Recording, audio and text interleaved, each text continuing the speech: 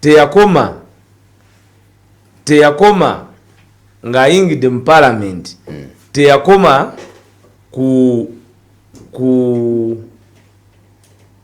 kuvaayo yekka ye munnabyabufuzi asoose mu Uganda Kyagulanyi Robert Ssentamu ampuliriza okuyingira parliament n'agifuluma n'akonvinsinga babaka banne ababaddemu n'ebbanga eddene okusinga ku eryo okumwegattako ku nsonga y'okutabaala ku bwa president ng'abadde mu house omwo yasangamu ababaddemu bampuga bali babaddemu emyaka 10 naye nga tebasobola kuva mu constituencies zaabwe kutunula waggulu kubanga one bamanyi nga bino biri clear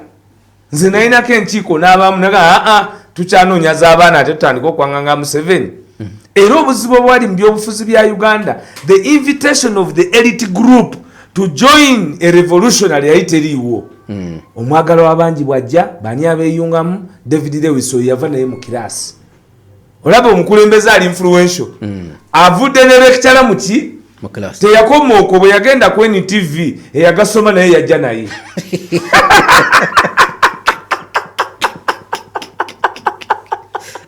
Yeropu kati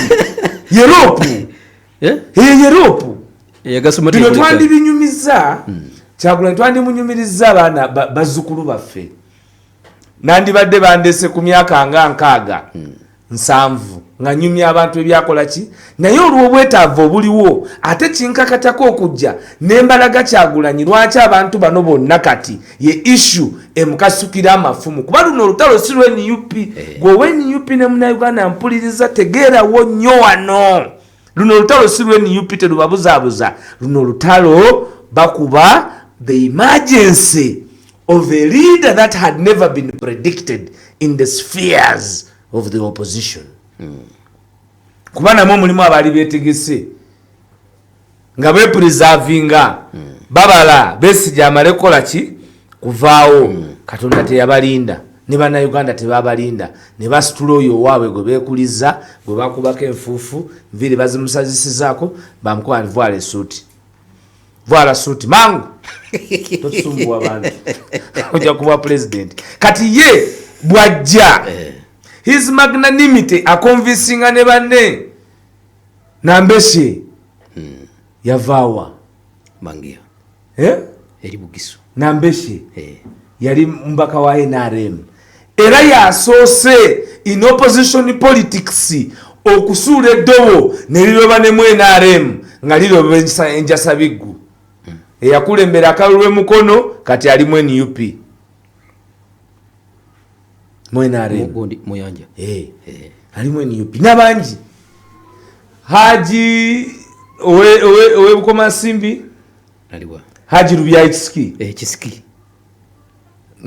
nimbye tulimbye Karuya Majerani byenjogerako these are facts abapulinga kati nga tewali na kintu kya kyonna but what is standing for nokuba inspiring and we can stand against the status quo in reality waliwo ekintu kyenjagala waisojjeyo yesebo mu bimu ku bigambo ebyayogeddwa bano bogamba bafa mu ntandiko subuhi mapema subuhi mapema amekufa subuhi mapema yes bagambye nti bewunya ebbanga lya myaka 4 Museveni tafunanga kukawewevu ngakafunye kati nga mwe muli opposition kubani abaddewo emyaka 4 ababadde boogera bo bakabaawo emeka kikyotegeeza bo bakabaawo emeka kuliko omuteya yawezezza 5 kwaba abaliwo bali baafa second nani abagamba nti olitafe bali baafa nti Mabika yali yafa kati yazuukidde Mpuga abadde leader of opposition emyaka 2 n'ekitundu kwejena nakati aganidde ku kifo ekimu kye twamujjako ffe bagamba nti tukoze kye twamujjako akiganiddeko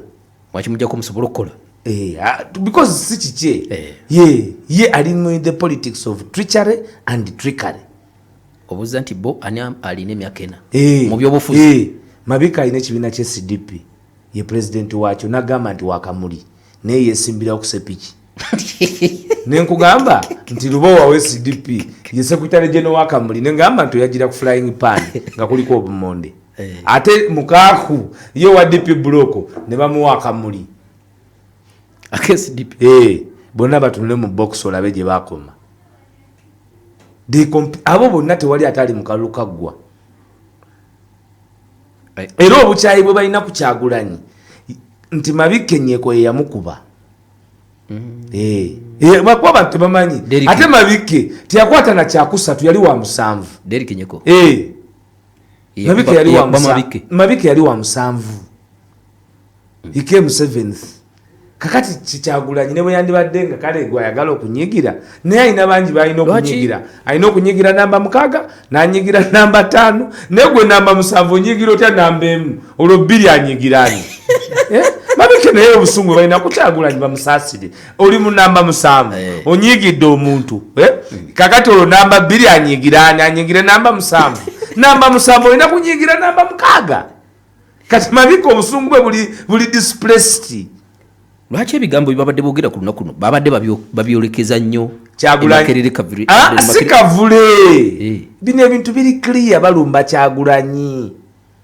sagala gwe otandike asasule sente alumba Kyagulanyi bwe bakwata abasibe babakuba lwa Kyagulanyi. This is a personal vendetta on the person of Kyagulanyi kuba bwenna ababuusa bino bajjamu batemulako nga temumanyi golowooza yalagira batemule Kyagulanyi mu Arua yafa tatudde era bano baselebratinga nnyo nti kuba balaba akyali mulamu naye olwaleero Mabike sente zafunye azifunye mu kwebaka kwe NUP oba azifunye lw'amaanyi ge NUP nti bamuwadde ajatabule wano mu Buganda ne Mbusoga kuba sente bazifuna bateekayo budget ya bilioni 19 nozabakayanyiza nobakayanya omuyimbi bamwa milioni 2 ate ngeri bajjayo 5 kuba bo tebayinza ebyesente nakugamba wano nti abo mbamanyi mbakola ki mbamanyi kati bali ku accountability ate bino tebiyinza tuyigula tama kuba twabibagamba ontegedde bulungi ate ekyokubiri njagala ggoddeyo n'abadde ne Mabike era ne mugamba Mabike babagula kibi nnyo toli musajja mukulu naye kwejja emyaka gyo you can betray your nation with money but of course bloka yempuga finito era nabagamba mujja munaye ebyenjogera anybody can contest era nze mbagamba baplida babayina nze bwebanga mpuga agende mu kooti mubambulire bulere mulamuzi ne bwali gumuwa mwambudde bulere kuba ogwo siri guteeka mwaguwoza nja kulinnyawo nze mwennyini mubambulire mu cross examination nde muleka Makaya oyo ayinza okwogera nawulidde mukolo ogwo boogera ne ku by'omusango muyinza okwogera ku Kyagulanyi Robert Sentamu nga bampuga bali basimbye amavivi nga bamugamba nti ebintu byonna bagenda kubitwala tojjukireyo emboozi n'agamba oba byonna bigenda kabigende eyali ateekateeka omusango yali ani? Can you claim a client is poor when he had lawyers? Abawangula omusango gwa Kasiba nti be bali mu musango gwa Kyagulanyi teyali Segona kyogamba Kasiba nti amutya. Omanyi ekizibu kye twafuna nti kati twekateiringa nze ebyo entalo zisagala kati nanwane ne Kasiba nti why yalumbye anti naye kati lwaki nwana naye era bwe nalwana naye nga bagamba nti kati akoze eki waiso akoze eki ne kati addemu anti yagambye alina emmundu zaleseeyo Kasiba nti genda oziwawule naffe tuwawule nkimanyi oli musomesa wa Luganda olulimi luyinza okulowooza nti omanyi naye tujja kujja weetuli togenda kuleetawo wano mboozi n'ebyo ebyomusango biddemu bw'obiddamu nange nzije mbiddemu bwe batagambe bivaako gwe mumanyi bye tumanyi muyina bye musirikidde bingi Kyagulanyi tabangawo kyova olaba ku ye tujja tufa n'omuntu yenna bingi nnyo if wabanga Kasiba nti musajja damu ebyo abyogereko. I dare him. If his lawyers will not call him and stop him, don't take us for a ride. Don't dare us. Bamga tokujayo bamaze okulu Kyagulanyi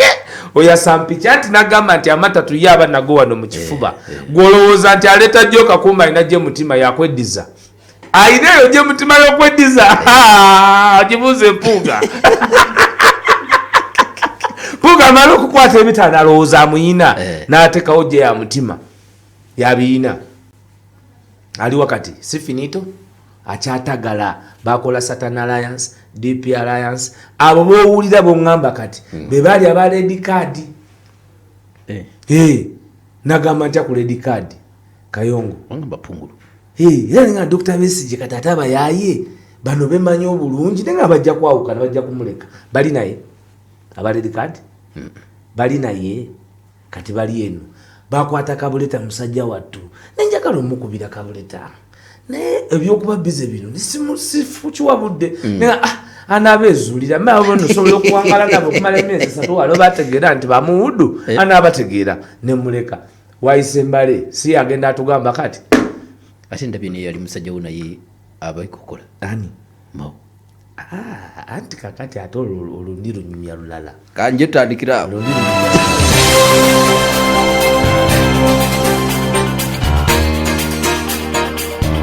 Tangaza ebirooto bya famire yo ne Star Times Solar.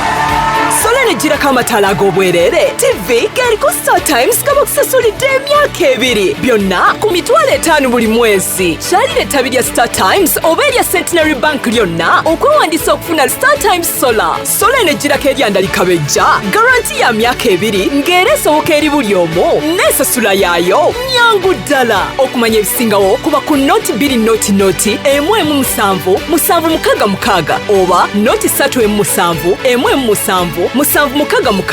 oba noti 8 noti 2 noti 555 oba kabuno bukutuusibwako Star Times Solar nga bali wamu ne Centenary Bank. Centenary Bank. Centenary Bank erungamizibwa banka enkulu ya Uganda. Sente z'abakasitoma zikumibwa Deposit Protection Fund paka ku bukadde 10. Okay, bagiyita Pal FM 107. Kayongo nalina ababaka nga tuva nga tuli eggulu bingi bye tusirikidde gomanyi nti Kyagulanyi bamutasaawa 5 Kyagulanyi koti yamutasaawa 5 ezedde ezemisana naye manyi saaze twasimbula okumuleeta e Kampala mujjukira wasimbula someka twamalawo essaawa endala nga 6 nga Museveni yawadde lubo wa ssente ne Mabike basibye convoy ya president ali mu ambulance fenna tetumanyi kigenda mu maaso Mabike asibyawo president yamugamba nti alindako abasiba abalala. Can you imagine for hours? Bingi bye twogera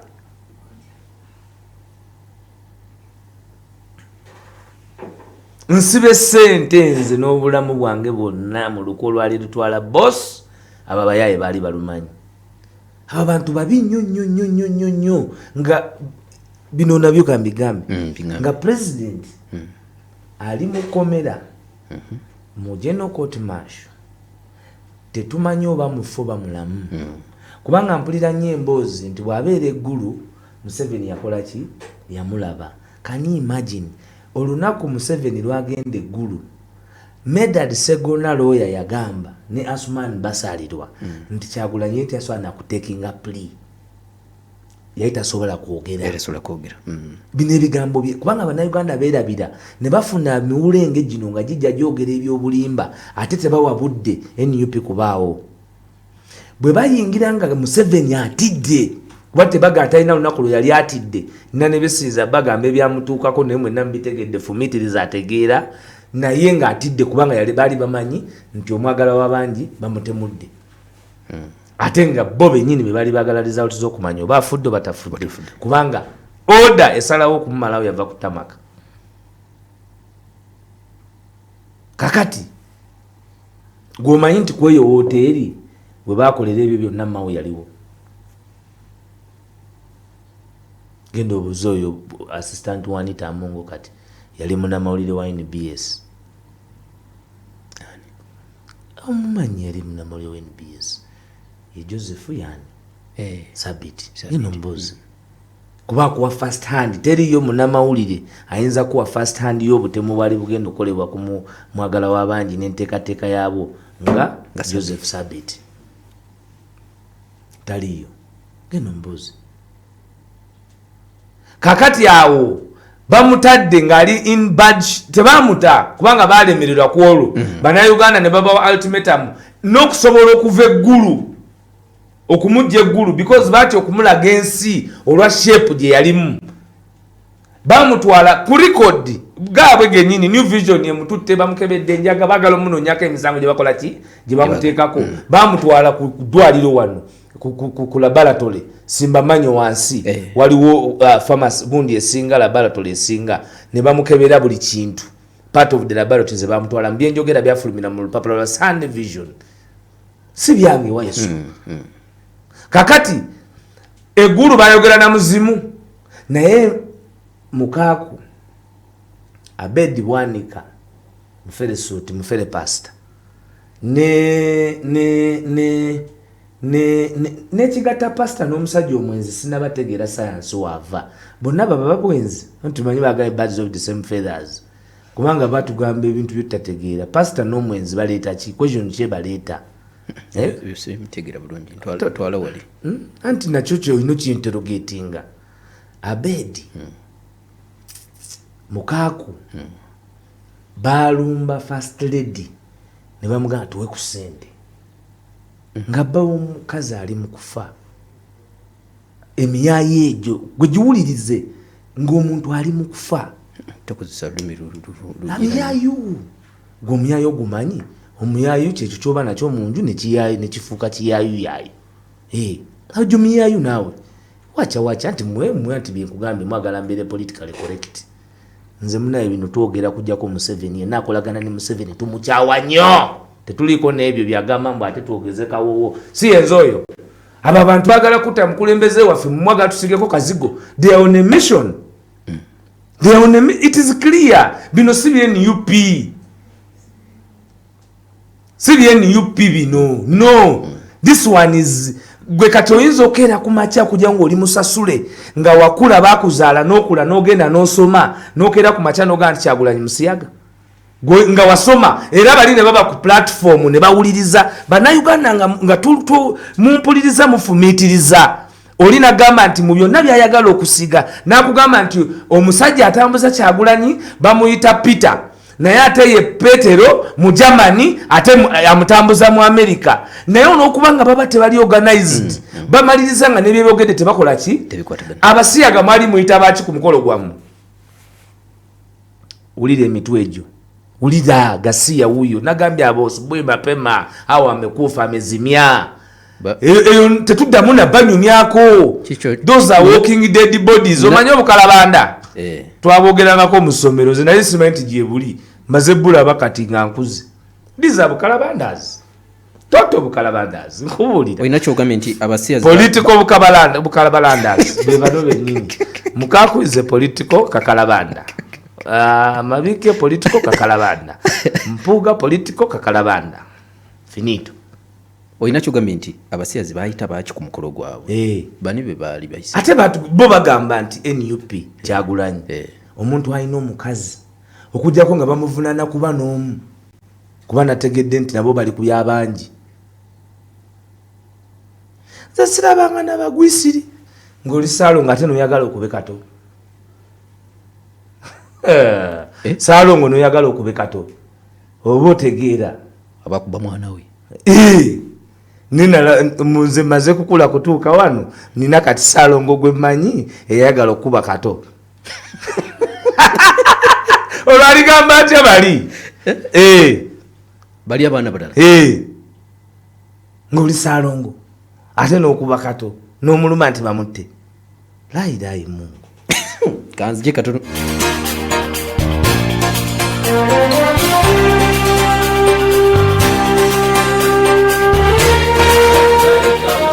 bijja yewe ku mpagi enzito n'olwekyo yeetaaga ekitongole ekitegeera enkwata y'abalamazi mu kubatambuza n'obbabudaabuda